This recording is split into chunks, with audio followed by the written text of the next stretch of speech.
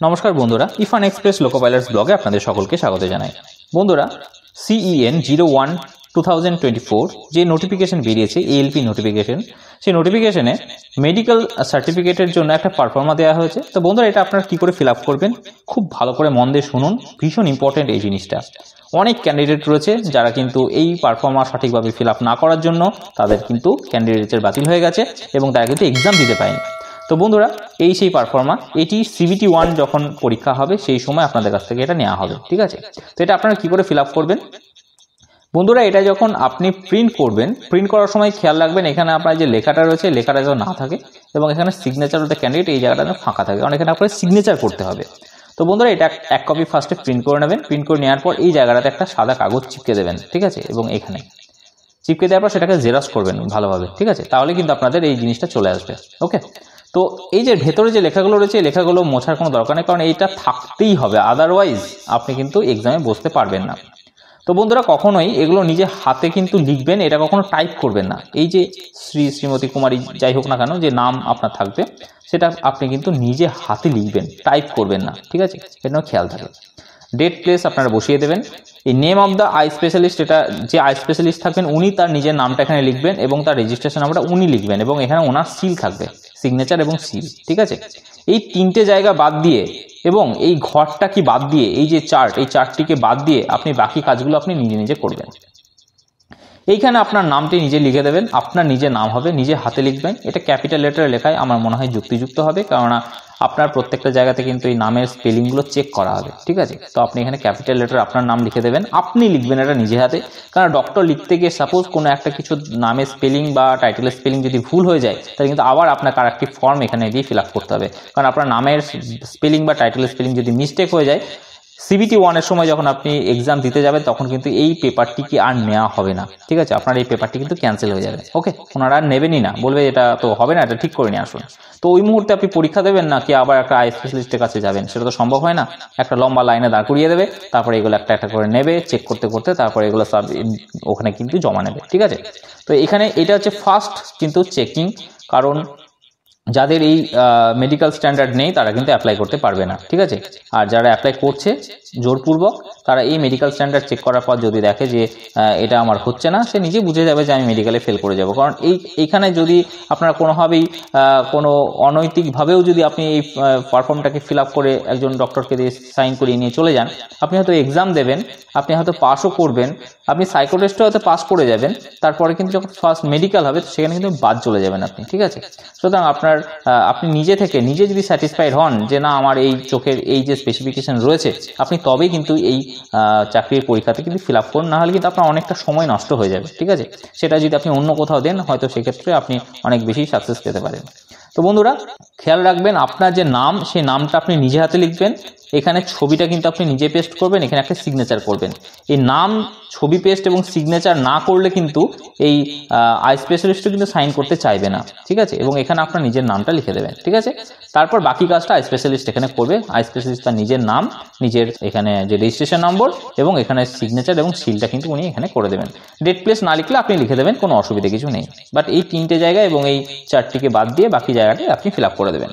তো বন্ধুরা, আর একটা কথা আপনাদেরকে বলে রাখি, আপনাদের মনে প্রশ্ন জাগতেই পারে যে আমরা কাদেরকে ফিল আপ করাবো। তো বন্ধুরা, অনেকেই রয়েছে, আমি আপনাদেরকে জাস্ট এক্সাম্পল দিচ্ছি, আশা করি আপনারা বুঝতে পারবেন। তো অনেকেই সুশ্রুততে গিয়েও কিন্তু এই কাজটি করে থাকেন, কোনো অসুবিধা নেই, আপনি করতে পারেন। মাত্র 50টি টাকা নেয় সুশ্রুত, ওখানে রেজিস্ট্রেশন করে নেবেন এবং ওখানে গিয়ে এই পারফর্মাটি নিয়ে যাবেন। ওখানে গেলে কিন্তু ওরা আই টেস্ট করিয়ে ডক্টর কিন্তু সিগনেচার এবং সাইন করে এখানে রেজিস্ট্রেশন নাম্বার লিখে কিন্তু দিয়ে দেয়, কোনো অসুবিধা নেই। এখন আমি বলতে হয় যে আমি এরকম এক্সাম দেব, তো সেখানে আমার এরকম আইয়ের মেডিকেল একটা পারফর্মা একটা চেয়েছে, সেটাকে ফিল আপ করে একটু জমা দিতে হবে আমার আই টেস্ট করার পর।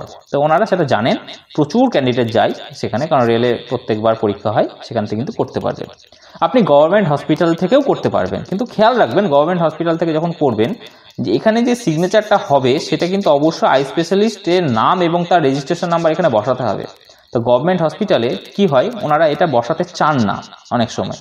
তো আপনাদের তর্ক বিতর্কের মধ্যে না গিয়ে আমার মনে হয় কোনো একটি প্রাইভেট চেম্বারে গিয়েও আপনি এটা করতে পারেন। সেক্ষেত্রে গভর্নমেন্ট হসপিটালের ডক্টরই যদি বসে সেখানে গিয়েও কিন্তু করতে পারেন, ঠিক আছে।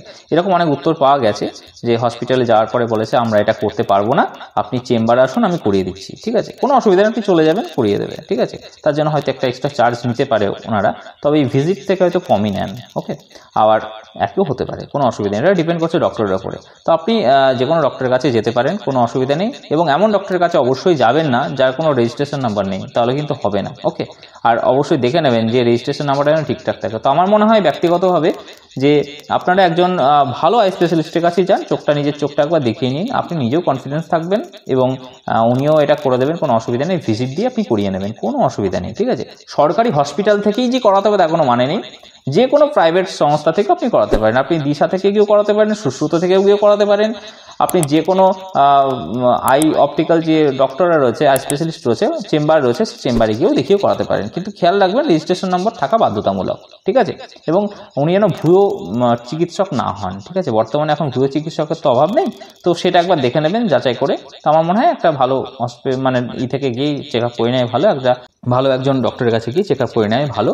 সেক্ষেত্রে যদি হসপিটাল থেকে অনেক সময় কিন্তু না করতে চায়, ঠিক আছে, মেন যে গভর্নমেন্ট হসপিটাল সে কিন্তু না করতে চায়, ঠিক আছে। এটা কিন্তু দেখবেন, তর্ক বিতর্ক করতে যাবেন না, কারণ ওনারা কিন্তু ওনাদের যে রুলস অ্যান্ড রেগুলেশন তার বাইরে কিন্তু ওনারা যাবেন না, ঠিক আছে। সুতরাং আপনি গায়ের জোর দেখাতে যাবেন না, কারণ ওনাদেরও কিছু লিমিটেশনস রয়েছে গভর্নমেন্ট হসপিটালের। কারণ ওখানে তো আপনাকে সার্টিফিকেট দেওয়ার জন্য ওরা বসে নেই, সকলকে চিকিৎসা করার জন্য রয়েছে। তো এই দুটো ব্যাপারটা একটু আলাদা, একটু অন্যভাবে অন্য দর্শন দিয়ে দেখলে বুঝতে পারবেন যে এটার সাথে ওটা কতটা পার্থক্য।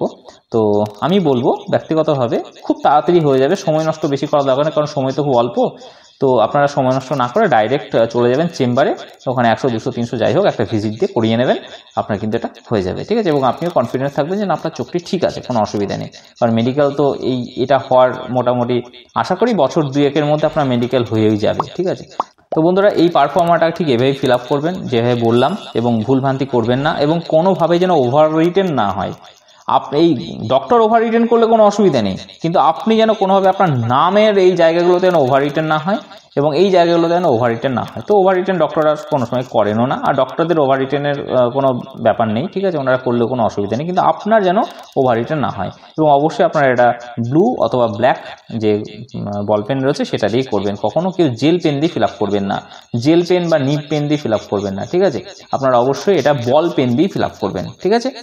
তো বন্ধুরা, আশা করি বুঝতে পেরেছেন যে কীভাবে এই পারফর্মা ফিল আপ করতে হবে।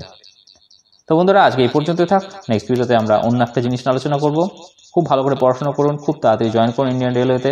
All the very best.